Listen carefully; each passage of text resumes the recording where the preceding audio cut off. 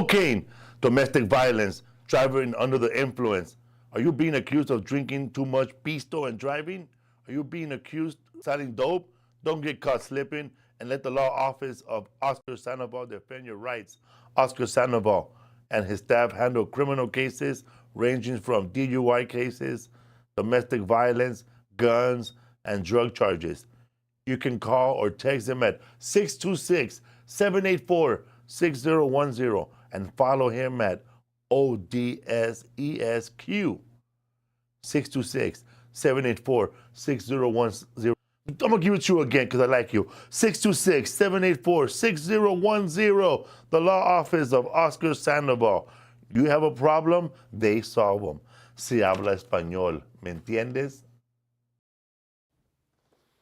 What's up, Fool Podcast? What's up, Fool Podcast? What's up, everybody? Thank you for tuning in today on Wednesday night, live. Yeah. 100 degrees.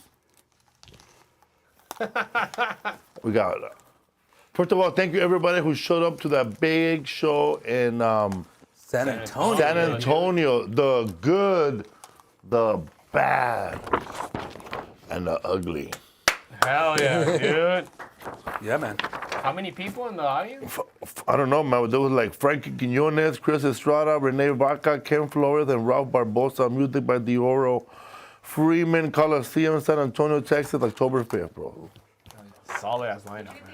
Rockstar And we have shit. Paul Rodriguez right here. There it is, bro. Hey. Oh, The way I shit. show it now, I flip it so they can see me. Oh, that looks cool, dude. Yeah, man, it's funny when that guy took that photo, I thought he wanted us to pee on him, bro. Did he Circle jerk, bro. Yeah. It's like a gangbang. It almost looks like the NWA album, right? What? Straight out of San Antonio, man. Right here. Straight out of... The Freeman Auditorium. What's up, everybody? We got Paul Rodriguez today promoting the movie Holy Cash coming out October 11 at the all AMC theaters. Unless you go to Regal. Santee and 12th Street, the bootleg is already out. Simon. The bootleg, bro. It has George Lopez coming in it Oh, with shit. Gabriel Iglesias, bro. And Willie Barcena with a lead. I stole the movie, bro. It'll be at the Norwalk swap meet. meet. Swap meet, bro. Growing up, Paul, did you with your family? Did you guys go to drive-ins? Yeah, man. I went to the first movie I saw the drive-in was at the Paramount Drive-In. Wow. And that was my date. I borrowed my father's car, and we saw Blackula. that was it's a Blackula, you know. I figured the Blackula sucks. What are they? Yeah, I remember my girlfriend was Rosemary. Rosemary Aceves. Rosemary Aceves. I hope you're married, Rosemary. I hope you're happy wherever you are. And yeah, I went to see Blackula. And that was fun. There's very few drive-ins now, huh? Yeah, very Pretty few. much I gone. think that's still around Paramount, and there's the Vineland in The City Santa Fe, Street. there's a Santa Fe. Yeah, Santa Fe, yeah. There's one in Riverside. Yeah, you know, the land's too expensive in the places it used to be, you know, but it was fun, you know. I remember I used to have to chaperone my sisters, you know, when they went to the drive-in, but I was easily bought off, you know. Their boyfriends would say, here's $2, we'll get lost. And I'd be lost, I'd be watching the movie, then I'd come back, the car's all foggy. All corrupted, huh? Oh, shit, dude. We used to go to the one called the Sundown. I think it was in Norwalk. The Sundowner? Sundowner, yeah, the Sundowner. And the Fiesta 4 in Pico Rivera. Yeah, that's a car, apartments now, you know. It is? Yeah, it's apartments. Yeah, And then the Pico Rivera swap meet is a swap. We used to be a movie theater too. that's still happening. That's where the cholos dance on the weekends. I played that. I played the Pico Rivera place not too long ago. You know, it was sponsored by That's right. La Taqueria or something like that. You know? Avenue 26. Avenue 26, yeah. Yeah, Avenue 26. They're pretty cool. We did that show with you. Yeah, Yeah. Chicano Comedy Festival, yeah. That's right. You know, and it was pretty good. It got kind of cold that night. Remember? But they hung in there, man. Yeah, it was cool because you otra. start taking drinks out of people's. They give you a bottle of tequila. Yeah, and you're yeah. drinking with the I don't crowd. drink, but I did that night because It was badass, dude. it was cold. You know, and, You were going through the audience, too, because you had Yeah. a cordless mic. That's what you do when you have an act, you know. I'll be honest, man. When you don't prepare, you have an act. You cabulear. You know, hey, where you from? You know, and then, so you can manage. If you can manage to make it funny, it's fun, you know. It's kind of like I could tell when comics aren't prepared because they always go, "Where you from?" You know. And it's hard to say where you're from because you know there's a big gap. But yeah, when I'm not prepared, that white lie. That's what I do, you know. That's hilarious. Hey man, you ever done your material and then they tell you to stretch, you know, and you're new. Oh yeah. And now you start doing. You talk slower. You start slower, but then you start asking serious. questions after you gave them killer material. Then the questions don't go too well, bro. Nah, bro. You start looking at your shoes, huh? It doesn't match the jokes, you know. So it's like, You know, if you do this long enough, as I'm sure you're already getting to it, just about everything that could possibly happen will happen. What happened? Yeah. I remember. Hands down. I remember one time working at Cinco de Mayo in Lincoln Park. Yeah, Lincoln Park, you know, downtown, but you know what that is. And a big fight broke out, you know. A big fight broke out, and you're up on stage, you know. And I was new at it. I said, man, what's going to happen? You know, I hope there's no balazos, nothing. So I started refereeing it, you know. All right, you guys, break it up. You get over there. All right, wait, 2 minutes. Let's start again. You know, I started refereeing. I also opened for War at Belvedere, at Belvedere Park. oh shit, okay. Yeah, that was like one of my first big gigs, you know. A friend of mine, Jesse Aragon, may God rest his soul, good friend of mine. He said, hey, you know, get up. I know somebody that knows somebody. I can get you up on that stage, right? It was Tierra was headlining and War was and in between they were gonna be moving equipment, right? So I go over there. Jesse didn't know anybody, but estaba aventado. He went walking through the door. Hey, this is the guy who's gonna do comedy, you know. Somehow he got me in there, and they were taking the time, and he goes, hey, you know, you need a comedian, stuff like that, and he says, yeah, man, if you want to go deal with it, deal with it. And I went up there, and I thought, you know, you get their attention, but you don't get their attention, you know. And you know, they're fixing the congas, you know, they're doing katung, you know, Sound check. yeah, sound check and everything. And I'm going, that's rude, you know. That's rude, but they didn't care. So I remember I had a good show because I was aventado, you know, hey, pay attention here, you know. And I started doing this, and then and I don't remember what I said, but I got laughed so much so that the guy said, he said, what are you doing next week? I said, this, you know. And I said, he says, what do you charge? And Jesse goes, nothing. He's just starting out. He won't charge nothing. I go, what the hell's wrong with you? He goes, yeah, man, you need this. That's called paying dues, you know. So the guy goes, well, if you're not charging nothing, we got a whole tour for you, you know. Oh shit. Hey. Look at the free tour, huh? You know, paid dues, but just about everything. I've had somebody die. I was at the Playboy Club back there. They used to have a chain.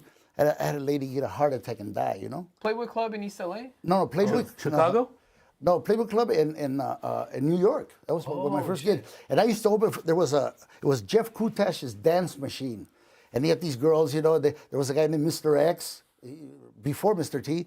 And and basically 5 minutes, and then back there you help the girls put on their bra or undress or whatever it is. You know, that sounded really sexy. But after a while, you rather make money. I was making $800 a week.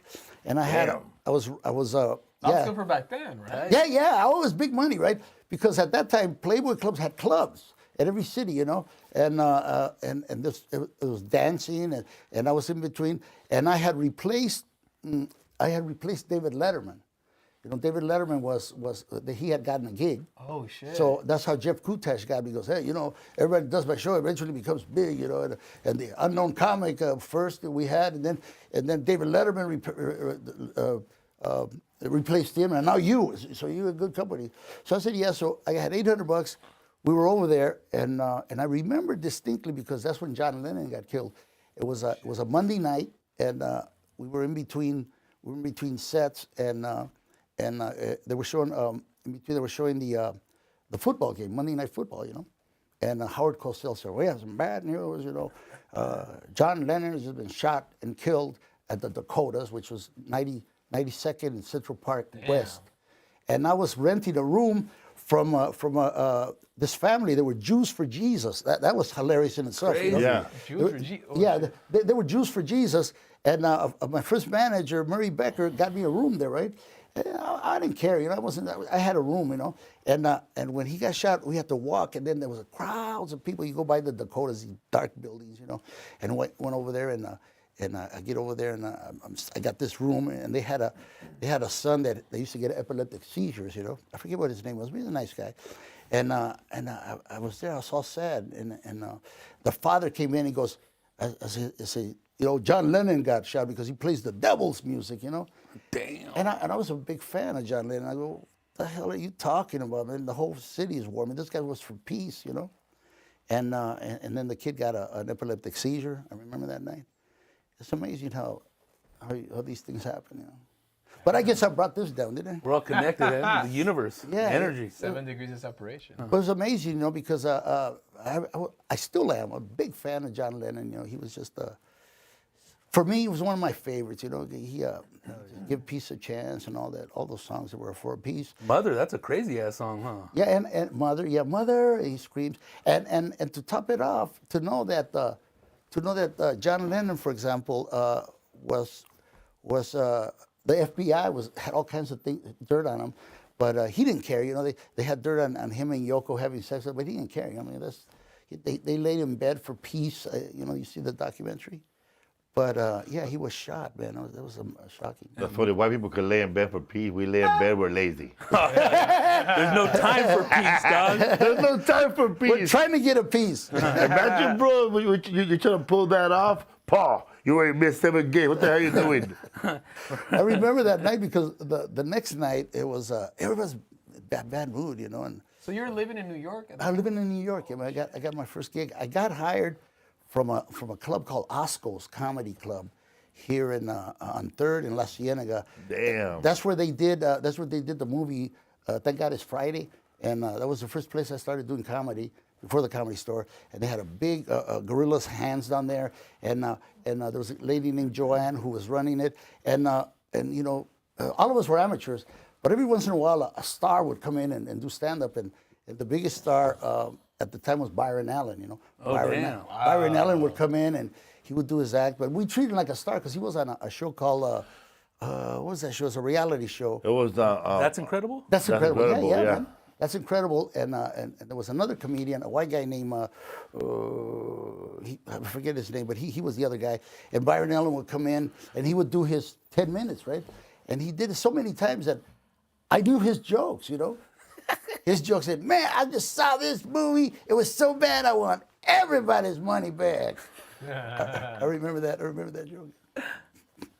Yeah, but Byron now, you know, look at him. He owns Mobile, man. He owns a network. He owns he bought the Weather Channel. I think. Yeah. That man he's a hustler, man. God bless him. Yeah. Yeah, I worked with him a lot of times. Did you ever do his show?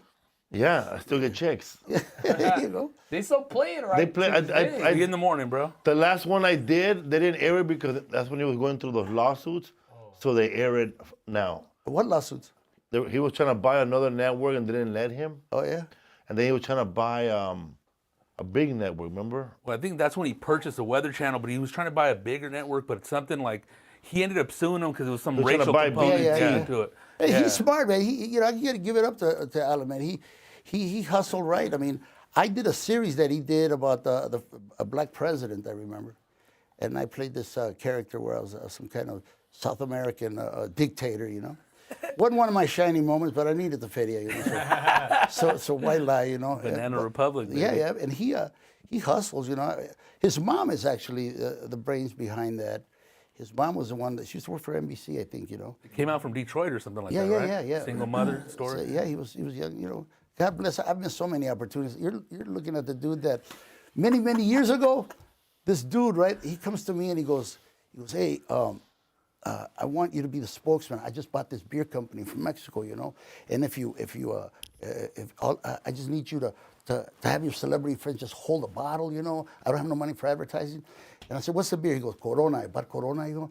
And I go, I'm Mexican. Corona's the cheapest.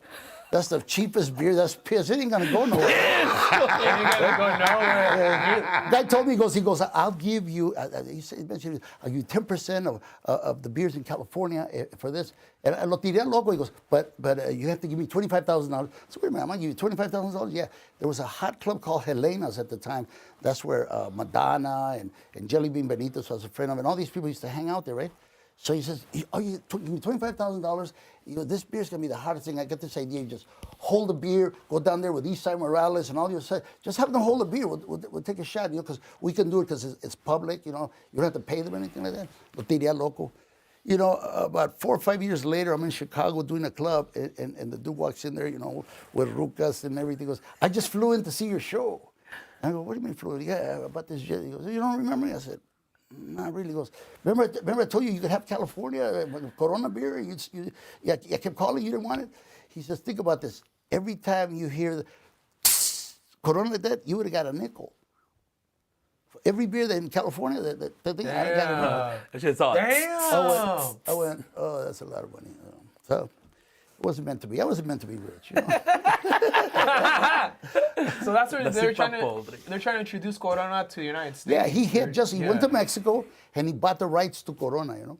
Distributed in the States? Yeah, and I boo-hooed it. I go, that's the cheapest beer. Boo-hooed it, bro. It's almost like that beer is sold. I always thought it was like Dude, am I sold. right? Am I right? You're Mexican. You're from Sinaloa, right?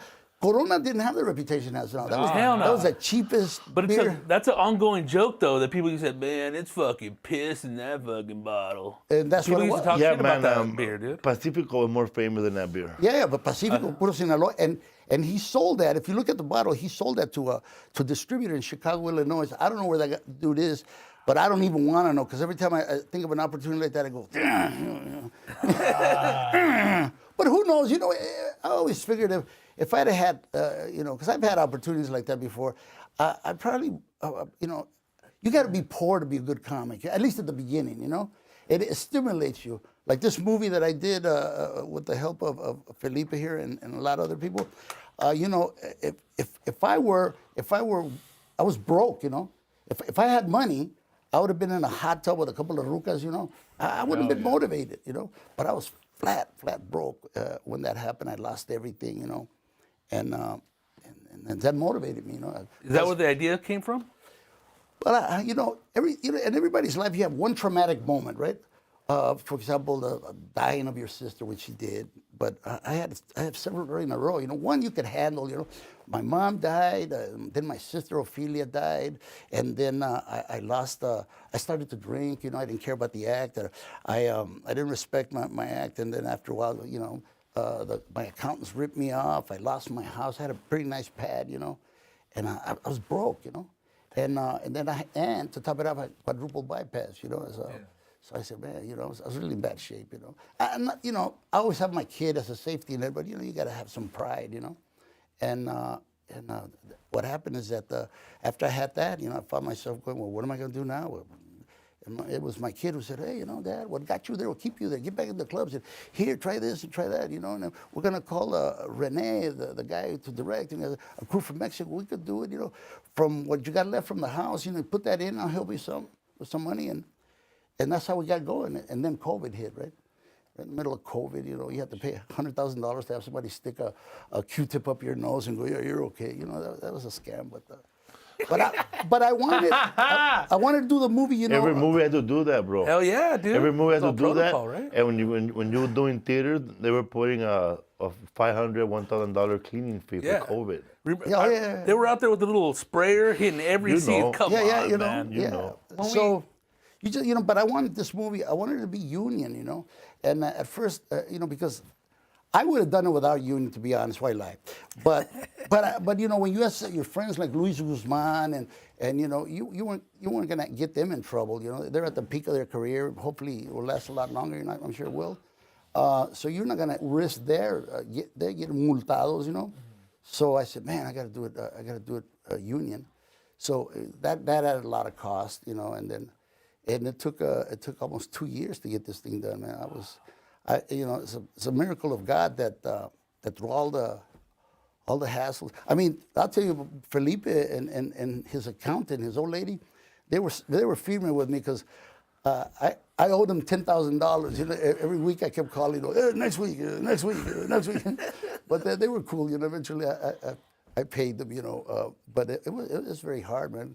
You know, to find the feria and to have people that have that you know give you a break. Not asking to have it done for free, but they commiserate. Plus, Felipe and I've done other films. I personally think the movie I'm Not Like That Anymore.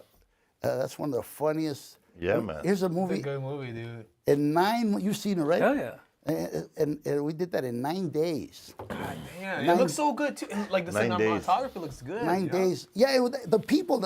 The magic about that is that the people he casted it right, you know, and I always thought that that movie right there, and it was you know you capture lightning in a bottle because.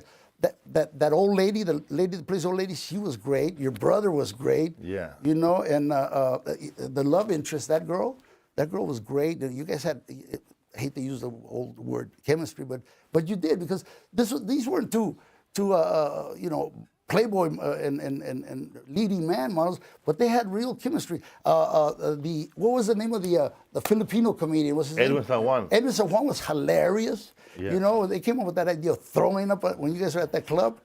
I mean, think about it. A movie, dude, 9 days. 9 days, 12-hour days. And it bro. was funny. It was hilarious.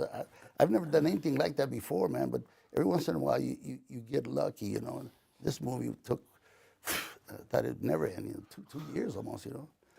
But we've had a little luck thanks to you and thanks to the people that came in. Eric you know? Spears, bro. He's in Oh, it. he's funny in the movie, man. You know, bro, not to brag, but it's not to brag for it. It takes a lot of hard work. But for a little independent movie with no studio backing, for this thing to be in the theaters, it's a big deal. You know, It is.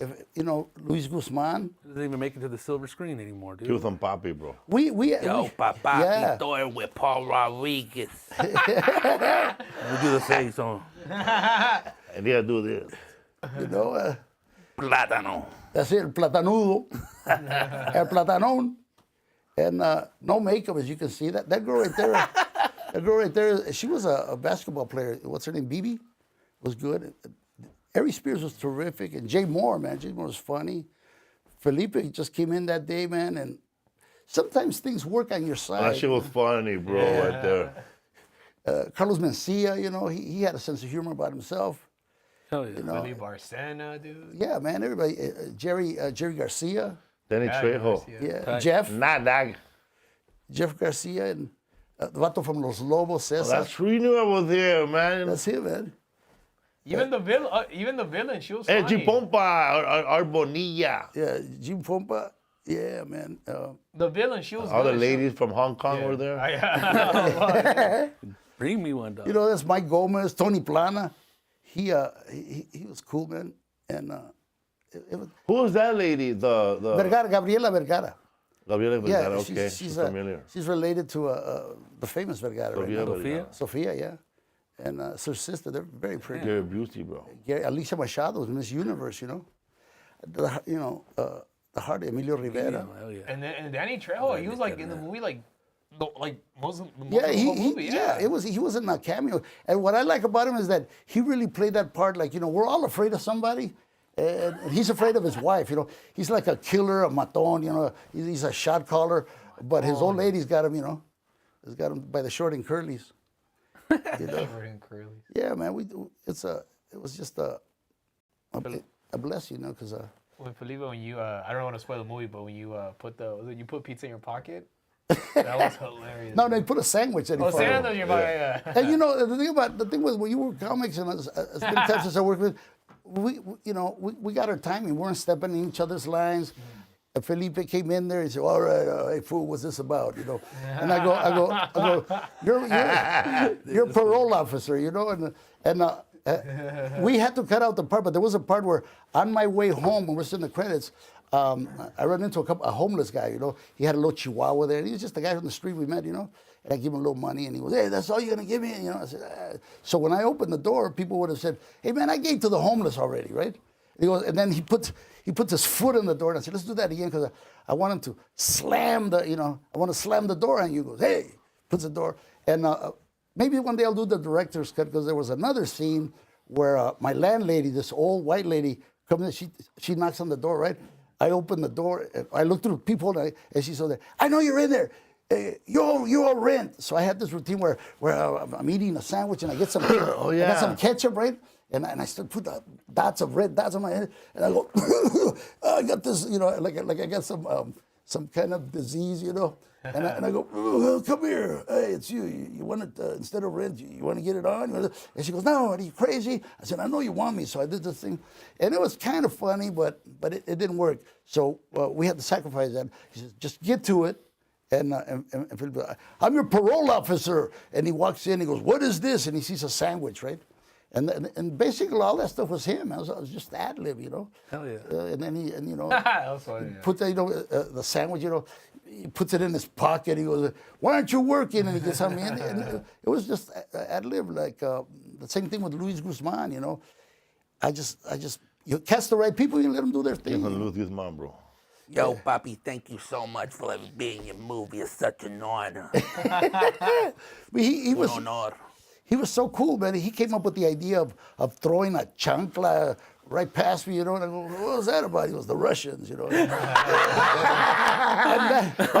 he's God, bro. He threw a chunk from the Earth, bro. Hell yeah. Yeah, they had that war had just started. It's about 2 years old now. See, it just started. I didn't know if it was going to go That's on. crazy it's still going on. That's a chunk of mass relevant. destruction right there. Dude. Yeah, that's true, man. I didn't know that he did that on stage, right? Because when we were in New York, we invited him to open for us.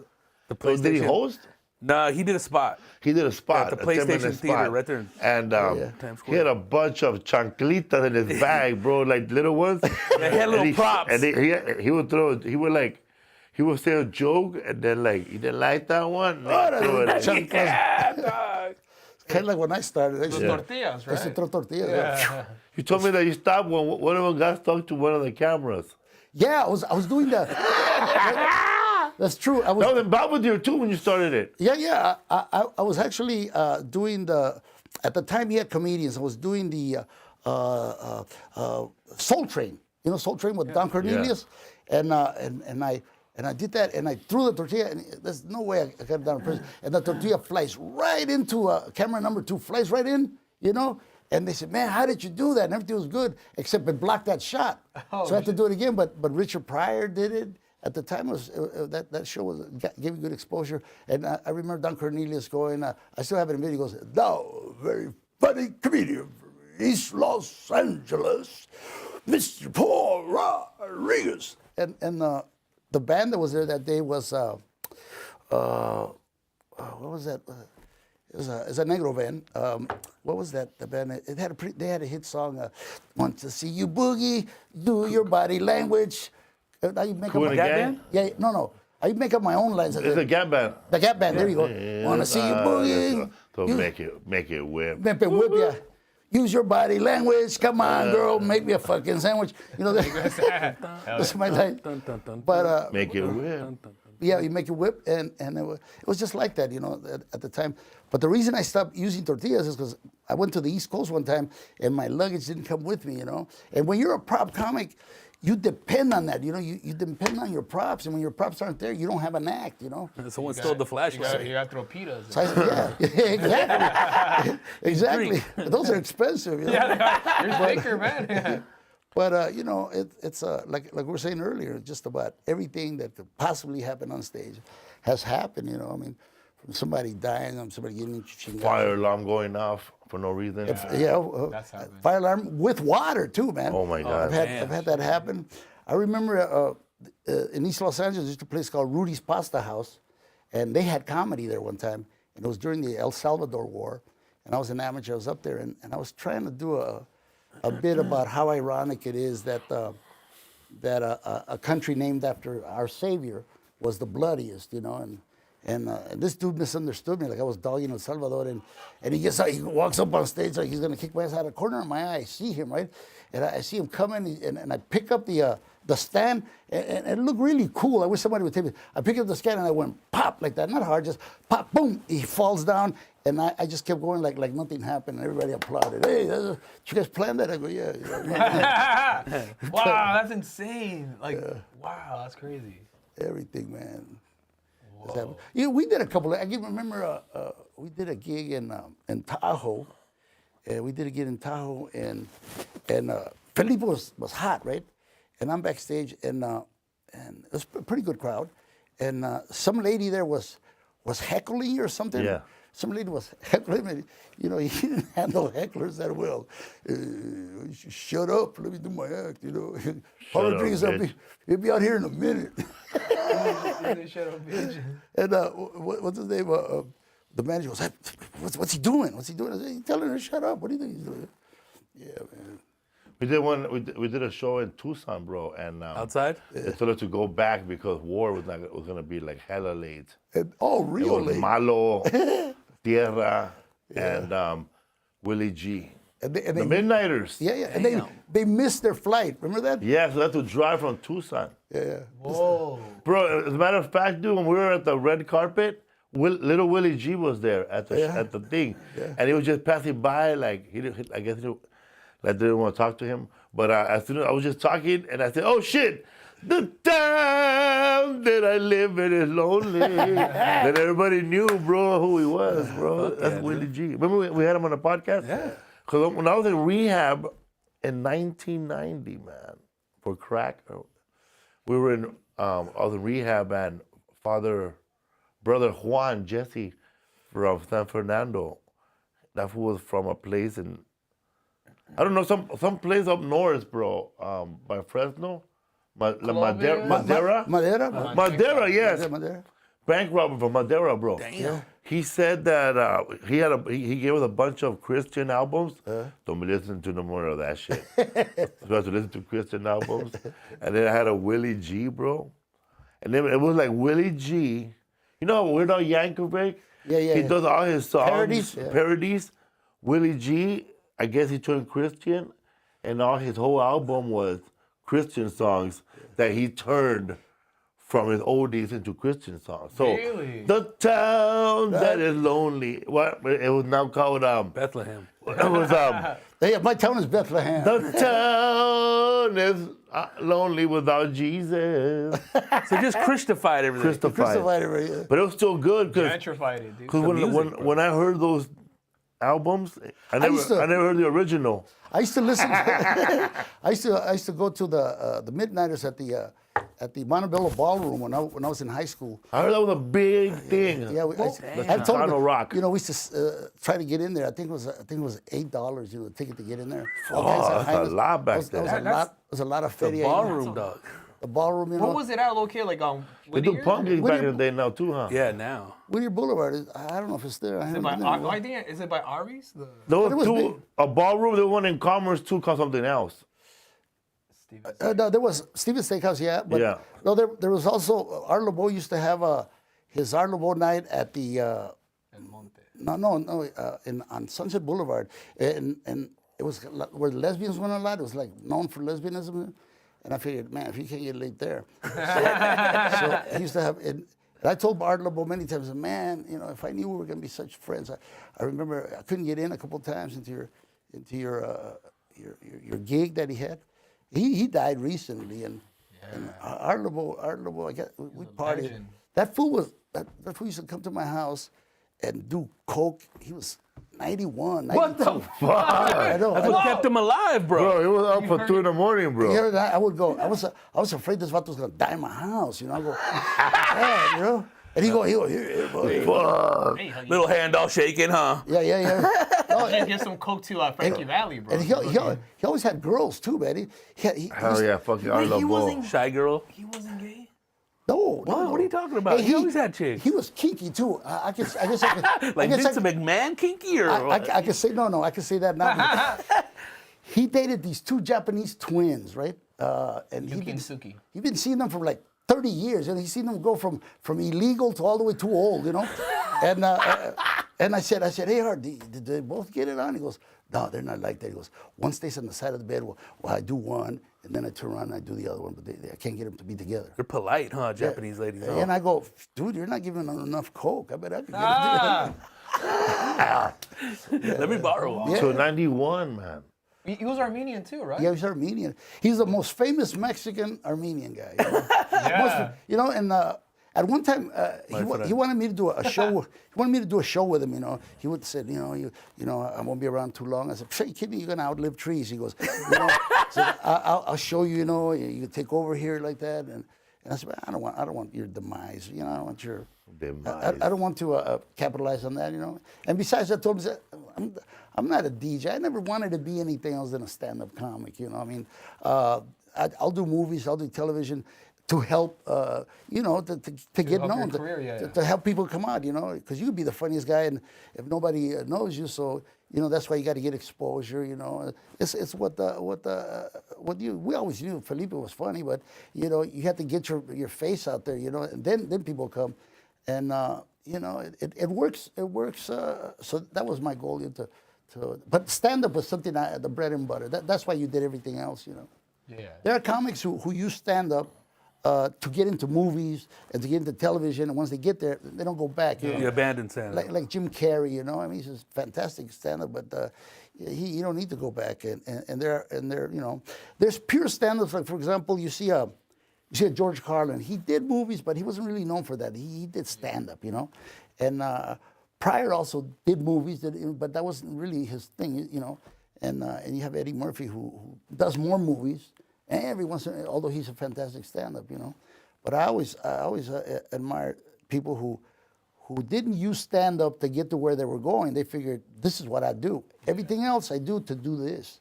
Which is push your career Hell forward. yeah. like Rodney Dangerfield, you know, he was the best at that. Okay. Hey. Yeah, I'll tell you, you're all right, you know. Did you ever party with Rodney Dangerfield? Many times. Hell yeah. Oh, how were they? Oh, dude? yeah. You know, we actually got to be good friends. We used to hang out. But every time Sam Kinison came around, I left, you know. And they were, why don't you get along with him? He's an asshole. You know, I don't got nothing to do with him, you know. And but he, you know, Sam was his favorite, you know. And whenever, you know, I hung out with him. But whenever he came around, I left. I like Rodney because Rodney always, you know, his body would give out. He'd go, oh, Rod, I wish I could hang out, you know, but I'm just dying here, you know. He wanted to hang out with us, you know. And he was always good. He had a badass penthouse on Wilshire Boulevard in Westwood, you know, and he married this. Shit, right by UC. Yeah, he married this Mormon girl, and she was real beautiful. She was a girlfriend of Krikorian, you know, and we figured, oh, hey Rodney, you know what? She's using for your money, and you know we protect him.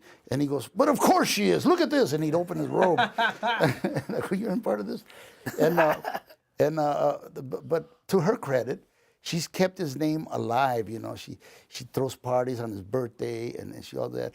I'm trying to pitch the idea of doing a movie where you just go around and just ask everybody your favorite Rodney Dangerfield joke, and everybody from a lawyer, a trash man, just anybody, nothing Every to do walk with, of life. Yeah, because everybody has a favorite Rodney Dangerfield joke, you know. yeah, dude. And I would like to just film it and just, you know, the president, no matter what party, senators, you know, janitors, ordinary workers. What's your favorite Rodney Dangerfield joke? Because everybody remembers when he was great. Rodney would, and he would give you $50 for a joke, you know. And a lot of times he wouldn't use it, but he'd give you $50. And I sold him one joke at the comedy festival in where is it? Montreal? No, not Aspen? Aspen. And the joke was, hey, I just married this Mormon girl. I'm so happy tomorrow I'm marrying her sister. and he gave me $50 for it, but he never used it. I was really good with it. He put me on the 75th birthday roast, you know. You killed it. Yeah, that was on one. HBO. Yeah. I You go, see- this I cat saw done that shit. nothing for me, eh? Yeah, that's the truth. But he was such a nice guy that everybody copped out. Nobody was saying anything bad. Bob Saget, may he rest in peace, is going, yeah, I love you, Rodney. I can't say anything bad about you. And Willie, what was his name? He passed away recently too. Louis Anderson. Sandra Bernhard? Sandra Bernhard, myself, right? And Steve Allen was the host. By the time they put me on last, by the time I went on there, they were all going, you know, Rodney put me on his young comedian special. I want to thank I was, you know, faking that I was pissed. I love the guy, but I went, Rodney Dangerfield never did a goddamn thing for me. And if you look at him, he's just going, that's true, I didn't. That was funny, man. So I said, Steve, I said, look at these two guys. Steve Allen is 75 and Rodney Dangerfield 75, and look at him, you know. Look at Steve Allen has never done anything more powerful than tough acting Patactin, or what is it? Tough acting Tenactin, right? The fourth grade. Right, drugs. And look at this man. This man has done. He sucked on everything, you know. And then I did this whole thing. I said, "May you live forever, but if you ever die, I hope you're cremated because your ashes go for like $65 a gram." Fuck yeah. Show me the money. Did you see the one when Paul Rodriguez roasted G. Simmons? And he said that, he goes, look, G. Simmons, man, a lot of Chicanos love him, man, because he gets his hair dyed at Earl Shy, man. You know, I thought I had a career there doing it, and Jeffrey Ross, he sabotaged me, man. He invited me to New York to roast. Where they live. He invited me to roast Ben Stiller's father. What was his name? The angry guy. Jerry Stiller. Jerry, right? And he puts me on 45th. Puts me on way at the end. 45th? 40. All the jokes had been done by then, you know? Fuck it. 45 comics? Yeah, the 45th roaster. They don't even air that 45. Yeah, 45 comics. And then I went out there. Was that when he was doing it through the Friars Club? Yeah, he was doing the Comedy Central? and he ripped me off too because I saw this idea. I gave him that idea because I said, "Man, would you use me for that? Man, I'm a good roaster." He was, I'm not doing that no more. And I said, "Look, how about you know how the unauthorized book is the best books, you know, because they do the unauthorized movie, they tell the real stuff." I said, "You should do historical figures, roast historical figures. They can't sue you because they're dead, right?" I said, "You could do Hitler, you could do Napoleon, you could do all kinds of stuff like that." And he goes, "Oh, yeah, whatever." A couple of months later, I saw it on HBO. Damn. Prick. What are you gonna do, you know? Yeah, I love this podcast. You're releasing all the dirt. Hey, man, I was... That's a great thing about being my age. Yeah. What's the name in that movie too, bro? I recognize him right away. Jackson Purdue. Yeah, man. And which reminded me of a story. I don't know if it's Jackson Purdue, but you know Ludovica, right? Yeah. Remember her husband? Yeah. I think he used to write for Rodney, or Jackson Purdue wrote for Rodney. But they told me they were partying with Rodney in Vegas, and he said that he had a bunch of Chinese food, like a buffet in a room, and they had a bunch of escorts and a bunch of weed, bro. That's true. He was a weed monster. I did two. Hell yeah. I did 2 movies with him. I said, Back by Midnight and Wally Sparks? As far as people say like I'm the biggest Latino comedian right now, or I'm the biggest. There really hasn't been anyone as big as you. Oh, because I wasn't not as big as you because you were like in photos with big motherfuckers like Freddie Prinze, like Lucille Ball, Lucille Ball. They know you. Like you could get on the phone and talk to the fucking old comics kids, that passed away. And Buddy Hackett Jr. Buddy Hackett Jr. You grab on the phone and talk to their kids, yeah. and like a lot of old fools, and then like A lot of legacy. I feel like a lot of comedians who are famous now who are Latino, they haven't been there, like they could just say, yeah, man, I used to hang out with Hugh Hefner, bro. He used to do bumps. Yeah. Party with fucking. I did. Hey, you said Paul Rodriguez went to the Playboy Mansion with Jehovah's Witness, bro. But yeah. I've been healed. He saw me. Hugh Hefner saw me at the Improv, and he invited me to do the 50th anniversary of the of Playboy Club. The 50th anniversary. Right. And what's his name? He met some pretty good people. But I did stand up there, and Jimmy Kimmel was there, and his partner Corolla was there, and I was saying, man, what am I gonna do? Man, I gotta do something. So I started to pay homage. I call him the Paja of Poon, the king of the cunt, all kinds of things. He loved it, right? And I said, when you die, they should take your index finger, they should take this finger and bronze it at the Smithsonian because that thing's been inside so much pussy. He liked that, and he told me a lot of things. He said that he didn't like Bill Cosby. Bill Cosby would come in and he was very abusive to the girls, but he couldn't throw them out for political reasons. But yeah, man, I've had a storied situation. I knew Cesar Chavez well. I had dinner with Nelson Mandela in Africa. I've looking back, it's been very good. You know, Lucille Ball, Bob Hope, you know, and That's insane. you know, yeah. I came in at that time, you know, but you know, all you have at the end of life is memories, and you better have some pictures to prove it. And, you know, but you know, I knew Richard Pryor well, you know, Paul Mooney, people that I miss, you know, like that, and you know, I mean, that's why I'm very grateful in my situation. And you know Whoopi Goldberg. Yeah, Whoopi Goldberg. I was one of the first. She was doing a play in Oakland, and I was doing a movie called Quicksilver with Kevin Bacon, and somebody invited me to go see this girl, right? And I told Barry Josephson, oh, this is a real talented girl there. I didn't make her the star she is, but he went to see her and he signed her, and then later on she went on Broadway. Selma Hayek, for example, she'll tell you herself. When I had a show with Paul Rodrigo, I was in Mexico doing a movie called Miracles, and late at night I'm watching television. She's this beautiful woman in the soap opera, right? And I called Dan Guerrero, my manager, the producer of the club. I said, find out who that girl is and invite her to our show. And it was Selma Hayek, and she'll tell you herself. She came there, and you know, she was exposed. The rest was history. But I've had that kind of I would say luck, you know. You meet people. I met Mike Tyson when he was 15 years old in Albany, New York. He was Try to mug me. yeah, he was Trying to bite your ear. he was boxing, and I was opening for a group called Shana Na.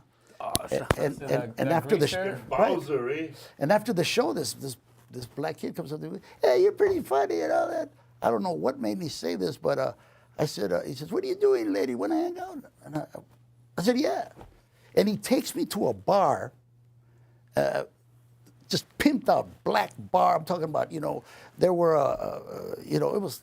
I've been in Compton before, but this thing was black. I'm talking really, and he says, yeah, just hang on right here. I gotta go see a girl, get a little something there. Just hang here by the bar. So I said, all right. So I order a Cuba Libre, and I'm drinking Cuba Libre. I'm waiting for Mike, right? And I turn around like this, and I dump it on this pimp, and this pimp, like right out of, you know, any stereotype, he had like a hat, and he goes, motherfucker, and he starts telling me how much it cost, you know. This is a white fox chinchilla all the way from head to toe and all this stuff, you know. And I said, well, I go to the cleanest motherfucker.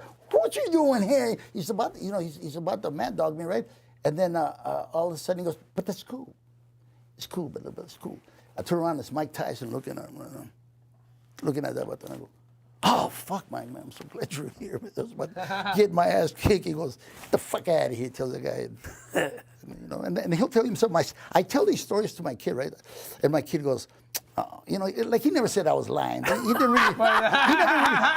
He never really believed it, right? So Oscar de la Hoya hooks me up with some tickets, and we go to the Forum at the time when he was coming up, right? He'd already, his career boxing already, but he was starting to promote, right? And Paulie's driving, and we park, and we're walking towards the first entrance where they have the turf club, you know? And I look over, and he says, Dad, he goes, isn't that Tyson over there? And I go, yeah, that's him. And I said, I keep walking. He goes, hey, I want to meet him. I go, he didn't, you know, he was just there kind of in the darkness. I said, we better leave him alone. You know? He said, I thought you knew. I thought you guys were pals. I thought he started telling all the stories. And I go, oh, you think I'm lying to you?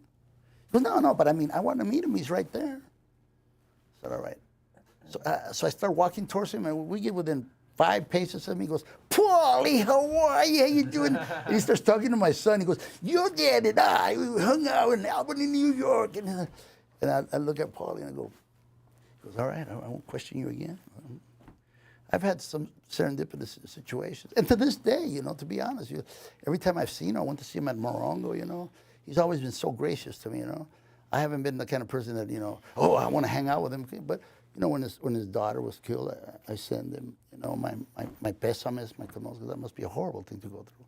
But I got to know him a little better through Jeff Wald. When I did A Million to Juan, they connected me to Don, what's his name? Don King? Don King. I had $50,000. That's the whole budget to publicize A Million to Juan. And he hooked up, Don King sold me, you can still see it was a Julio Cesar de la Hoya fight, and he I bought Rings advertisement. yeah, $1 million to Juan, $50,000, and then I was supposed to do the interviews of the people in Spanish, and it was Montel Williams and myself, you know, and Montel, you know, he didn't have too much respect for me because he figured, you know, this is what I do, you know, so I started crapping on him in Spanish, you know. You know, he says, you translate whatever.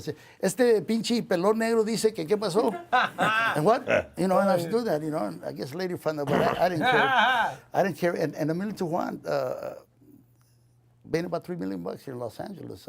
People went out and seen it. And It's a cool classic. I've seen it on yeah. YouTube. And again, I that, but I've had many opportunities. Too far to, for example, Paula Abdul was dating Barry Josephson, and I remember she came up to me one time. She was very excited. She goes, I just did my first album. He gave me a little cassette, you know, the old time cassettes. And you la tiré loco. You know, yeah, that's very nice. A week later, you know, come on now, tell me, it's gonna be me and you together. I was in. I'm trying to remember some of the best ones. I was in Have you met Seattle. I was in Seattle. I did Bumper Shoot. That was a big old thing right there.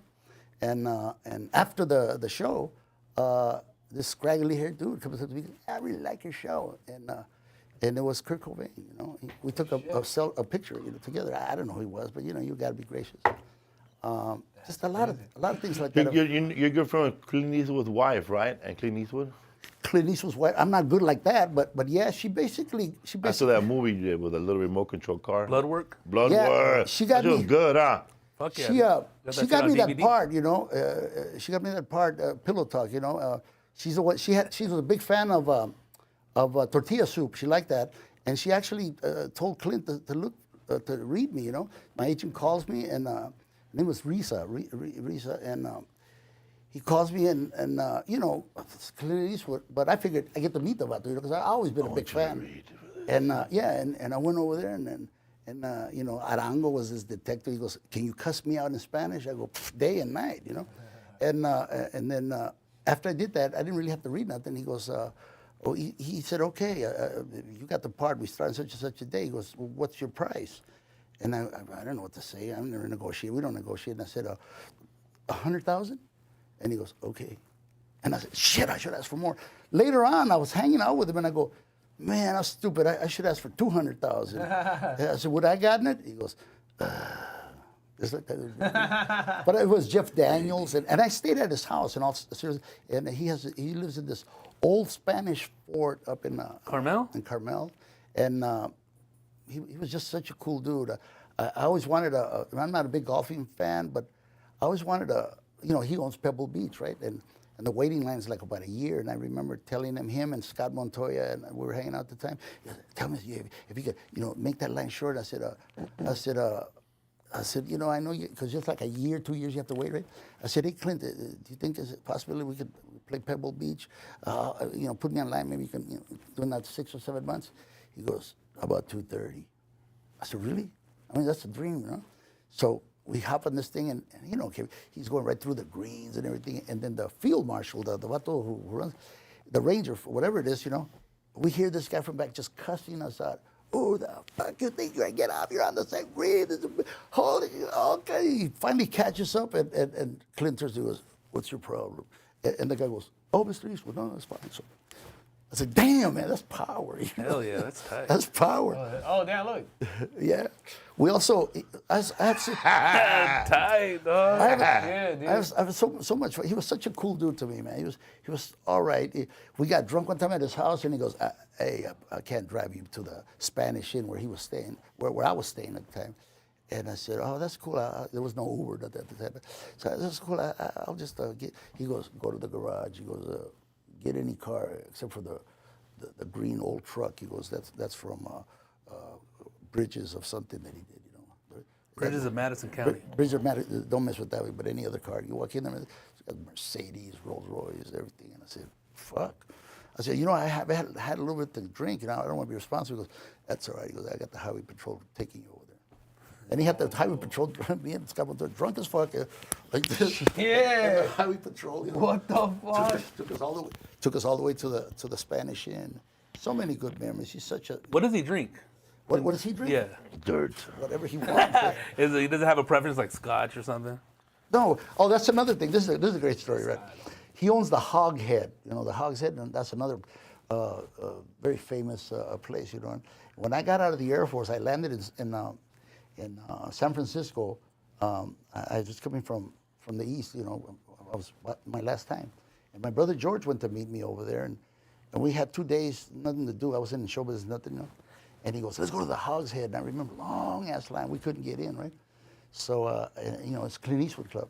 So his wife and I are sitting around, and I said, hey, can you lend them to me? Because, you know, he always asked her if I can. Can you lend them to me? You know, I told him the story about how I wanted to go to the Hog's Head. You know? He said, yeah. So we went to the Hog's Head. Now, he's never been in it. He's never been there for years. I guess he doesn't go there every day, you know. It's run, everything managed. So we get off, and Clint Eastwood has the kind of fame that literally stops traffic, you know. I mean, there's people that are famous, and then there's people that are famous, right? Yeah. And when we walked into the Hog's Head, music stopped.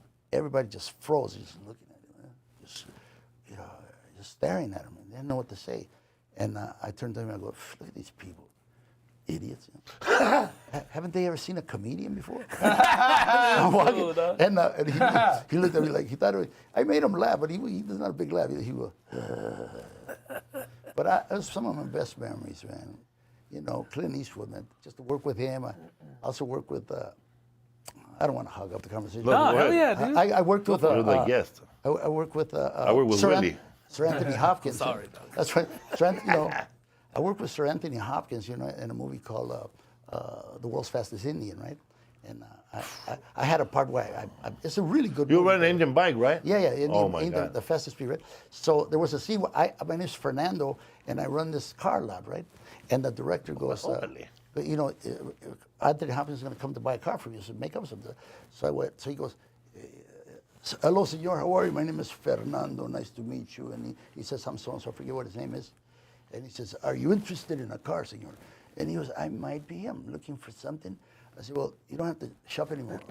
These are the finest cars around here, and they're the cheapest price. So, you know, if you can find cars like this, cheaper than how I'll sell it to you, they're probably stolen.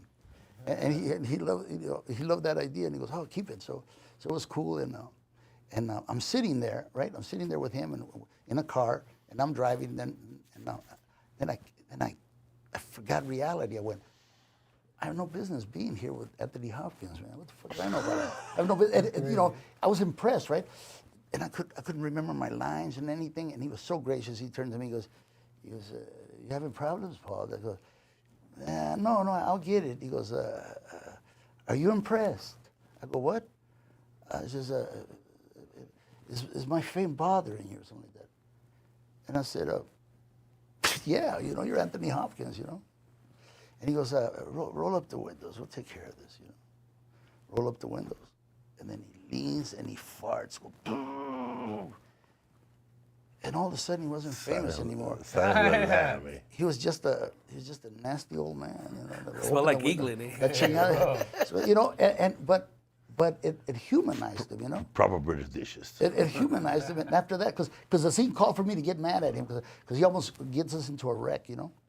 And after that, it was, I went off on you, stinky mother, whatever I said, you know. And the director liked it, you know. And he was, that's, you know, I love that, you know. That's one of the memories I had, because I've had a lot of opportunities. And, for example, that movie with Clint Eastwood, some critic in San Diego, right? I never read critics, because I'm never as bad as they say I am, and I'm never as good as I think I am either. So this guy, he wrote, he goes, what a waste to give that part to Paul Rodriguez, you know. That should have got to so-and-so and so-and-so. And that really pissed me off. He's the waiter at Hong Kong now. Easy, bro. You know why it pissed me off? It pissed me off because I remember going down there. He worked for the San Diego Union, right? I forget what his asshole's name is. And I said, why'd you write this? Oh, you met him in person? I went to look for him. I was upset. Not Sinaloa style, eh? Not that he wrote that I was good or anything like that. He wrote that person shouldn't come to me. And I said, nah, sincerely, let me ask you something, right?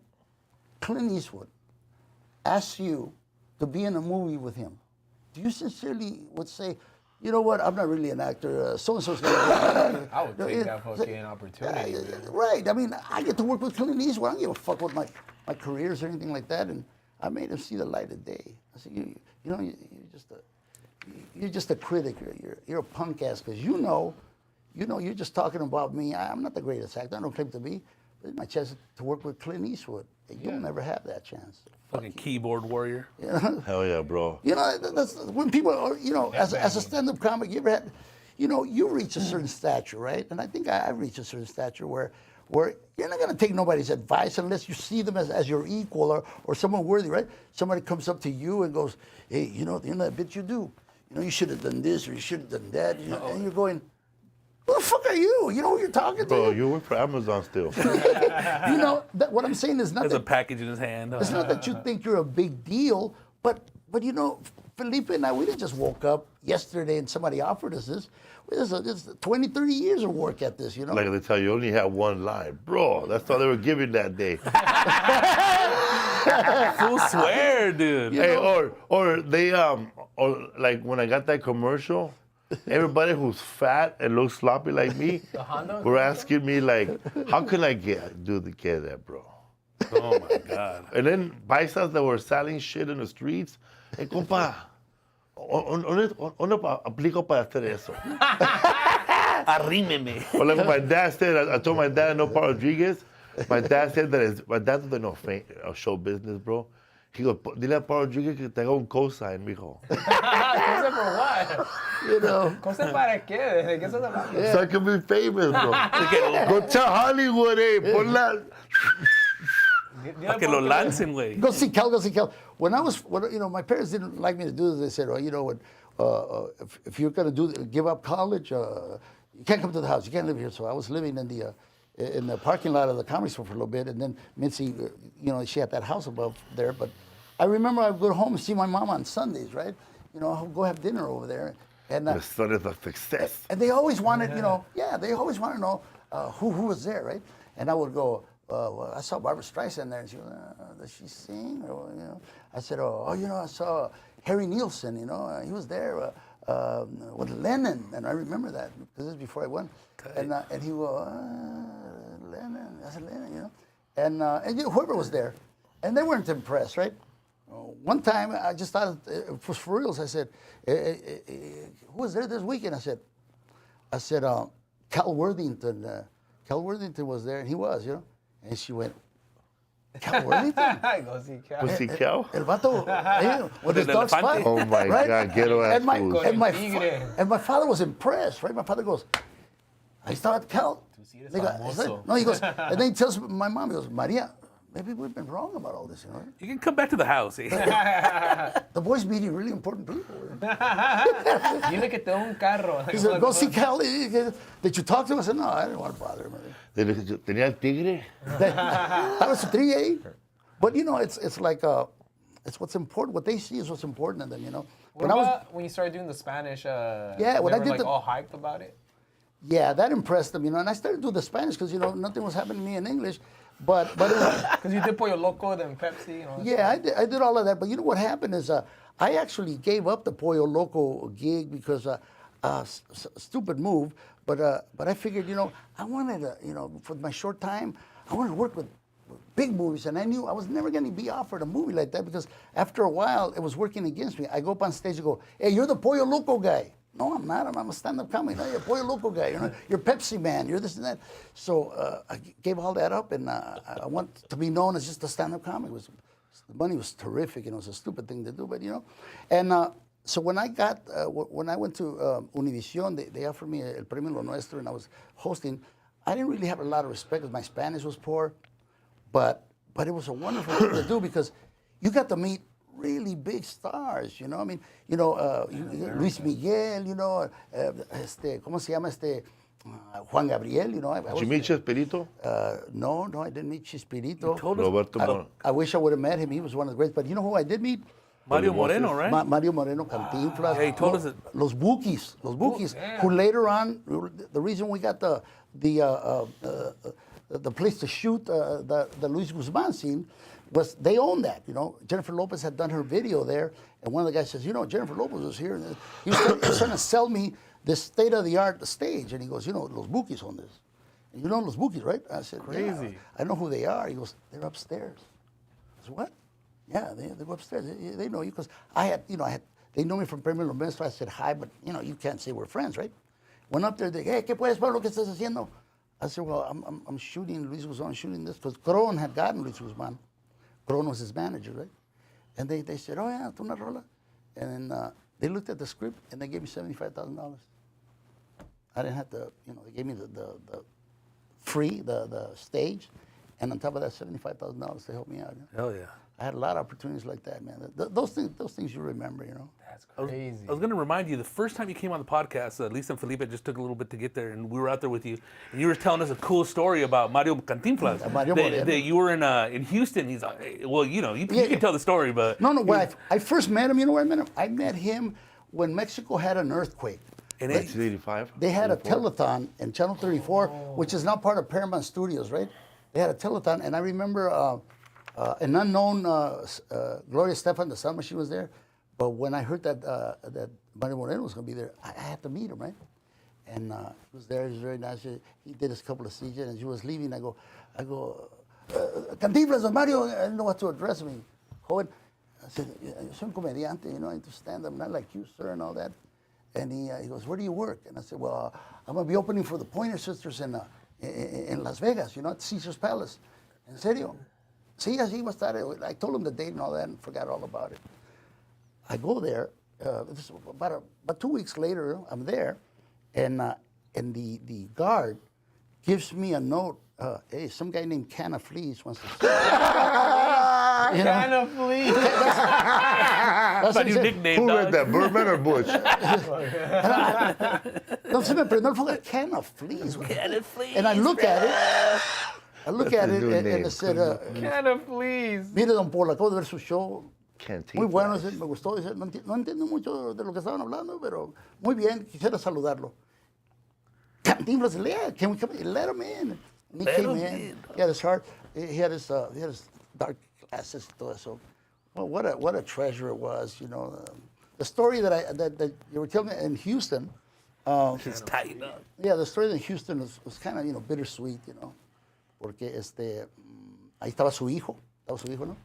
Y he was, tomaba, ¿no? Y it was embarrassing, you know, que le tiraba al hijo, ¿no? Le decía, este maritón, y sabe qué, debía ser con ese, you know.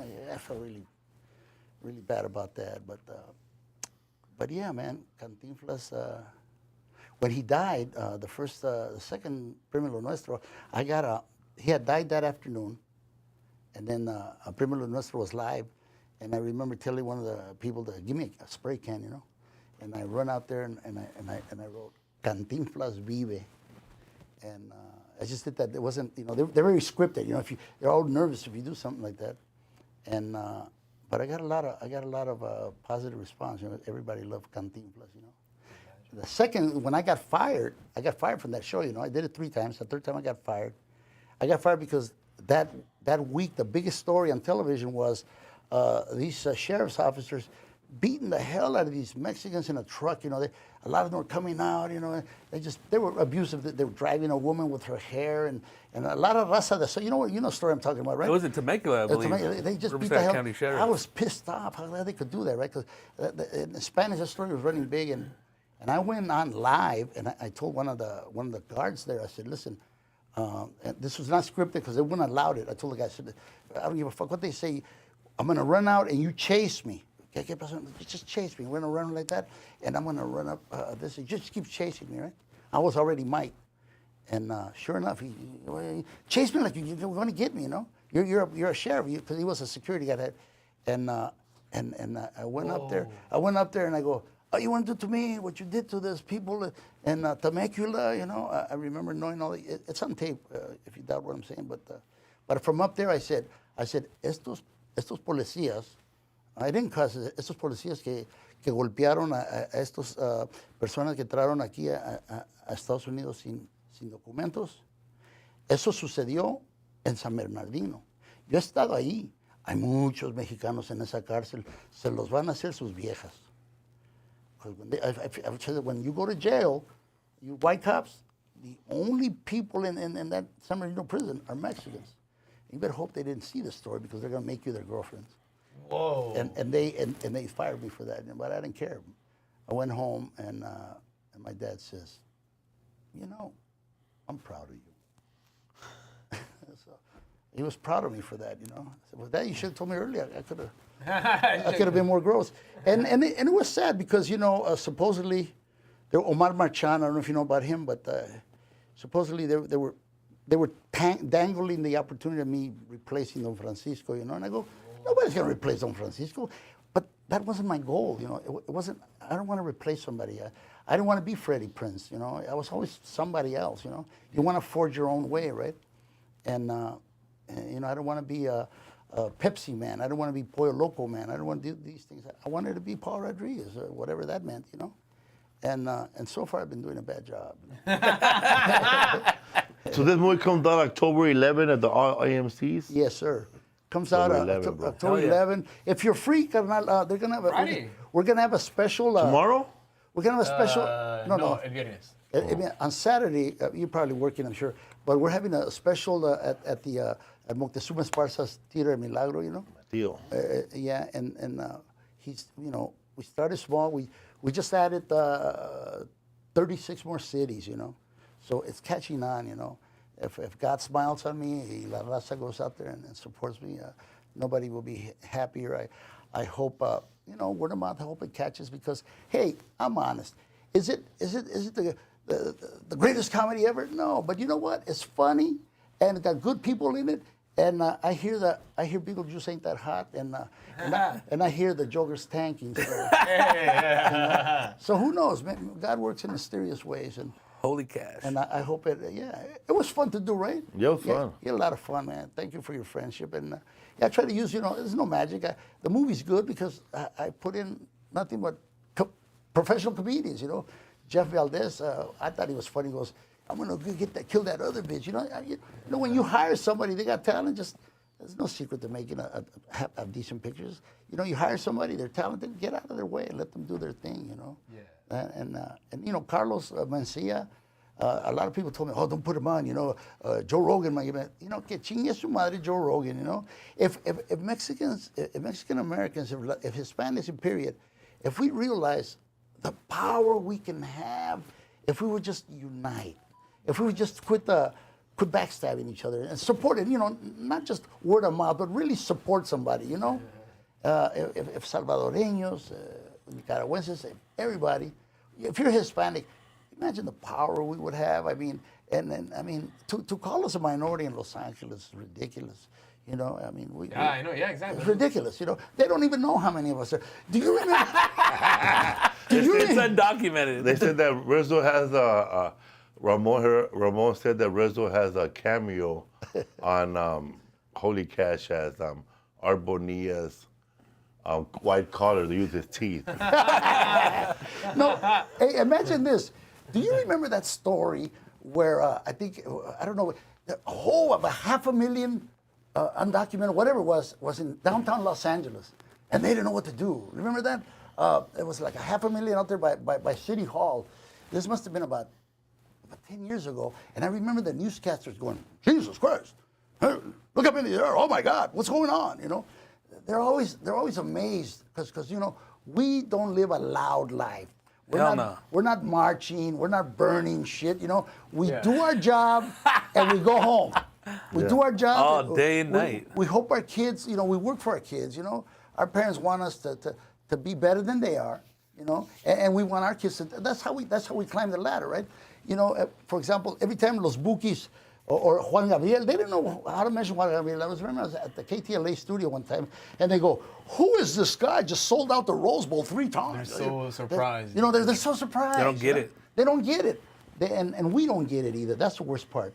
That we don't get the We're in power. that like demilitarized zone, huh? They can't really do anything with it. It's crazy. That's not strong. Think man. of the power we could have if we knew we had that power, you know. And I don't mean but we could take a page from the Negros, you know. We could take a page from them, you know.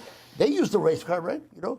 I mean, it's ridiculous to see that there must be every time they want to help minorities, the powers that be. It's never brown faces.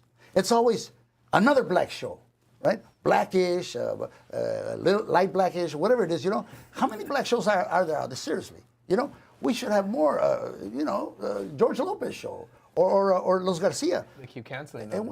But why is it? Why is it? You know why? Because we don't squeak and squawk. All their studies always say, well, we know Latinos like to see black shows, so we won't put more black shows. No. It's that you won't put the black shows, you know.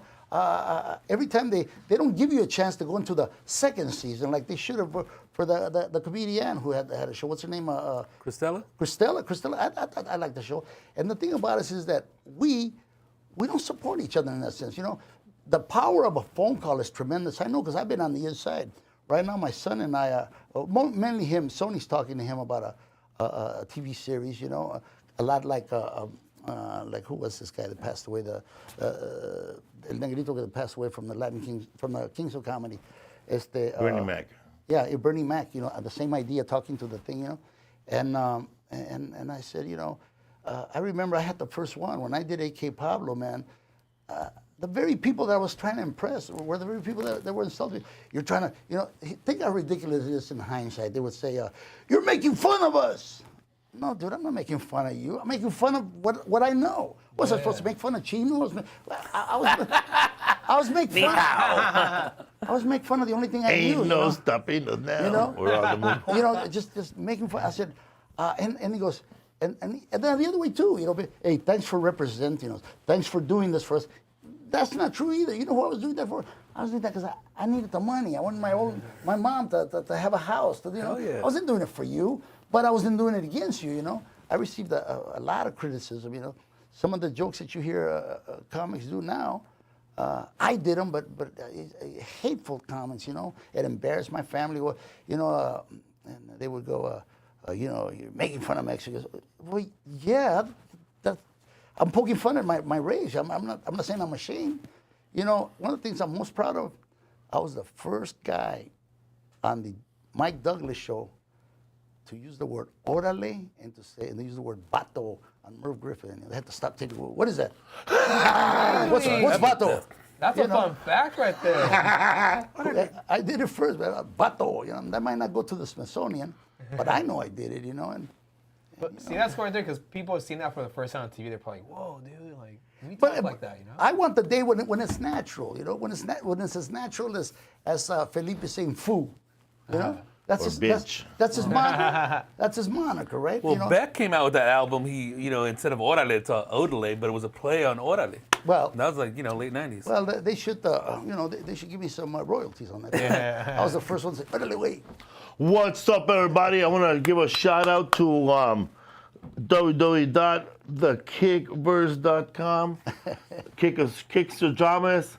That fool made me Felipe Esparza card. Whoa. And a collector's item. he made shoes for everybody on the show last week. Damn, I should have been on that show. Everybody got a show.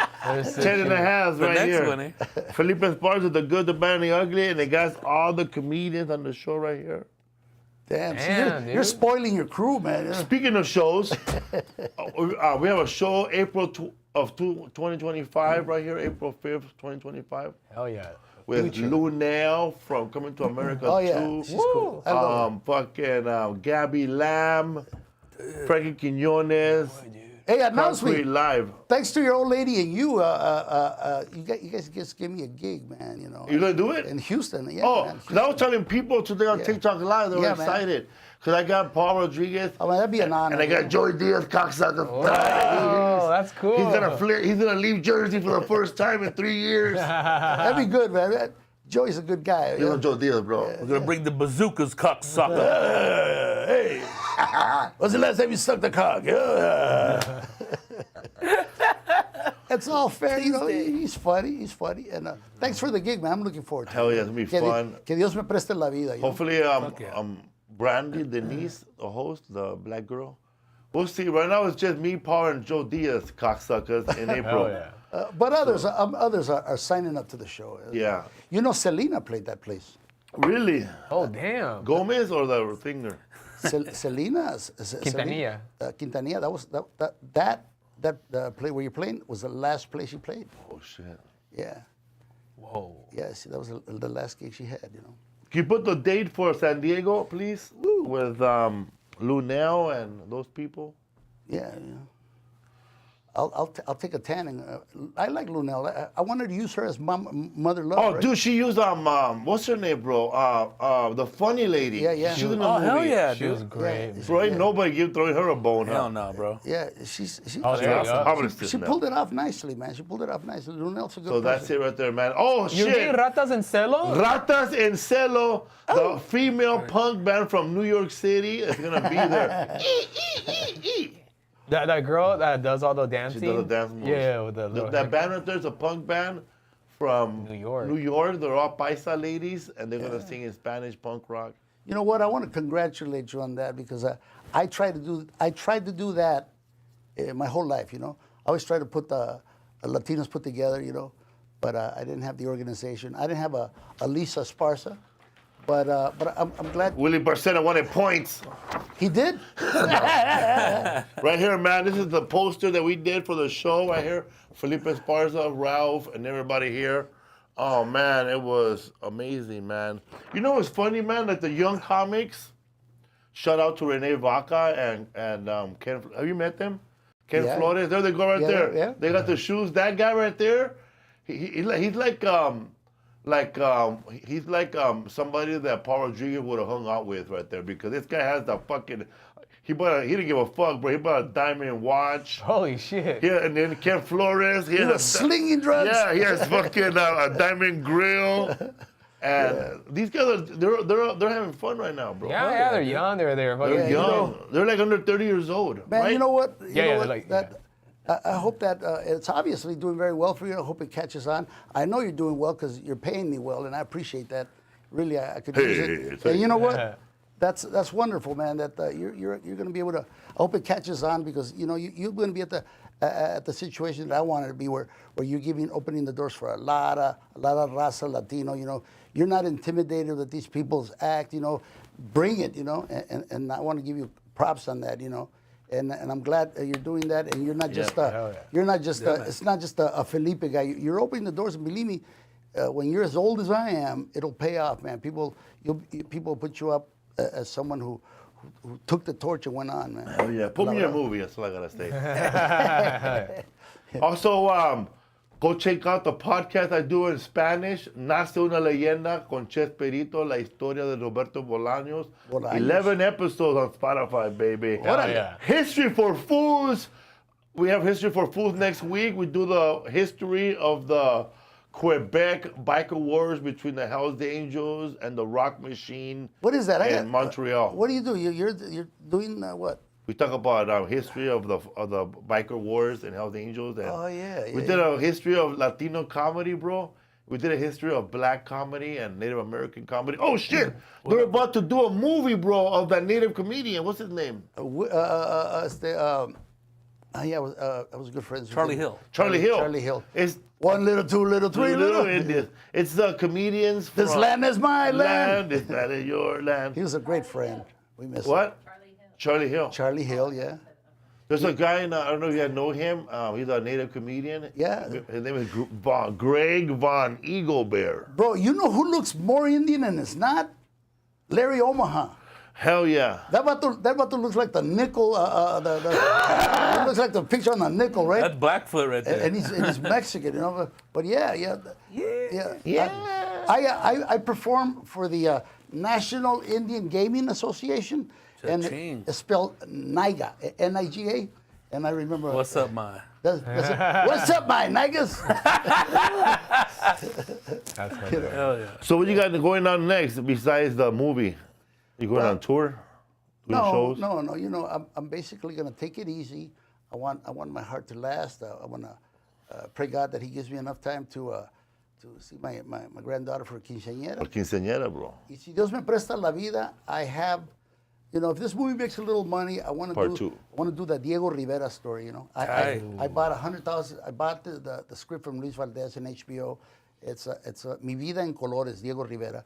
Because, you know, right now I think it's unfair that the only reason people know Diego is because of Frida. But what they don't know is that Frida was not the essence. Diego Rivera was a huge... He was bigger than her, he was huh? yeah, she just played a small part in his life. But I think LGBTQ and her amores y todo eso, I mean, don't get me wrong, they did have a situation, but But Diego, the movie that I plan to do, the If God Me Presta La Vida, is it's about Diego. It begins as Diego as a young vato going into a barn, and he's fucking this India, Maria Luisa. He's fucking, and his father comes in and goes, Diego, get chingados, gets on his case, and Maria Luisa, gets on him and ¿qué estás haciendo? And he gets up and he zips himself. Papá, pues ¿qué cree que estoy haciendo? And then he goes, and then they're at dinner, and he's disappointed. Diego, you're no good. Your little paintings, and his father wasn't a big fan, and his mother says, la revolución aquí lo van a matar. Mándalo a Francia. He wanted to go to Paris. That's where the epicenter of all the painters, right? And he gets his father to send them over there, and he goes to Paris, and this is without no freedom, and all this is historically true. He goes to Café Noir. And right there is where he meets Pablo Picasso, and Pablo, he's a big fan of Pablo's, and they lo desprecia, ¿no? Yeah, usted quién sabe qué, usted es de la provincia, de la colonia, and he meets a Russian lady who eventually he has a kid with. A lot of people know this historical part. The baby dies, but anyway, she's working at this restaurant that he gets kicked out of, and he's drinking, he's giving up, he's at the apartment, and she comes and says, you want Parisians, you want the world to know. There is a contest of Cubism, because he didn't respect Cubism, it's a contest of Cubism, and if you win that contest, then they'll respect you. So he paints Paisaje Zapatista, and it wins, but it's not signed, and he goes up there, and goes, El ganador, Paisaje Zapatista, and you have Pablo Picasso and all these artists going, this guy's brilliant, brilliant, ¿Quién lo pintó? And then he stands up, ese es mi trabajo. He gets a stencil and he signs it, Rivera. And from then on, they become the best of friends, and the whole story. And the Russian lady follows him to Mexico, and that's where the Frida story goes. But the actual chingon, the telling Rockefeller to go fuck himself, and he was banging all the actresses here, Carol Lombard and all. Yeah, dude. And la balacera that he had with Orozco, Orozco was missing an arm from the Revolution, and they were criticizing each other's thing, and wow, cabrón, and they get guns, and they take 10 paces, and Diego goes, pow, and he blows a chunk of his ear off, and Siqueiros is like, hey, ¿qué están haciendo, Because it was a duel, right? Yeah, all of that is part of, it's historically true, but I think his life is far more interesting than, if you look at the Frida story, they make him look like a punk. He's like a side piece. He's like, Benny Medina, he's like but he in reality was a bigger than life guy. He painted walls, he was a communist. Trotsky came to his house, and he's the one that pitoneó a Stalin para que mataran a este cabrón que se había cogido a su vieja. That's the movie I would do, and I own the script, And si me presta la vida Dios, that's what I'll do. And if not, I've done enough already, I should just take it easy and ride off into the sunset with a big joint. Yeah, dude. What's up, full podcast? This weekend, I'm going to be in at the Majestic Theater, second show at it. Tickets available. Also, man, I'm going to be in Odessa at Noel. What day? Midland. Midland, Odessa. I'm there. What day? I hope it's not the same day. No, I'm there Saturday. Oh, this Saturday? Yeah. Órale, pues. And in Dallas on Friday. On Friday. I'm there the 17th, so déjame algo.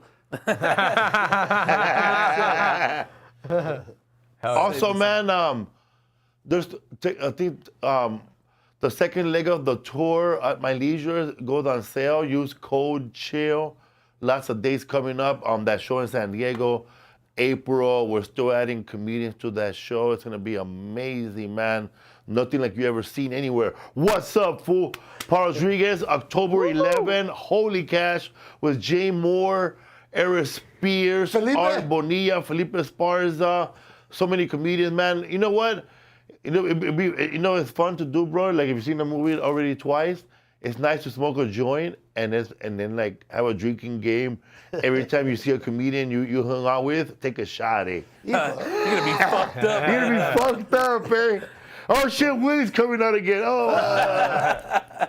Yeah. Oh yeah. Those were thank you very much, man. Always. Yeah. Thank you very much for sharing your audience with me. But you have a homeboy that's in the movie, bro. An old friend of yours from San Diego, right? Yeah. Something with a V. No, but what's his name is on there? ¿Cómo se llama Jack Perdue, you know? Jack Perdue, yeah. Jack Perdue had triple bypass.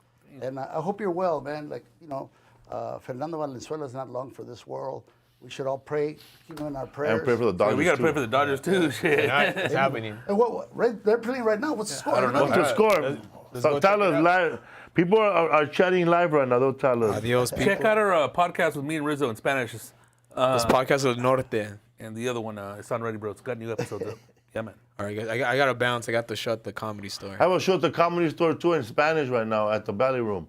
If you make it out there. Oh, also Jeremiah Watkins. He has a show called Comedy on the Spot where you go up on stage and the audience has to yell out shit like lazy cousin. You gotta do a joke about lazy cousins, but it was pretty easy, bro.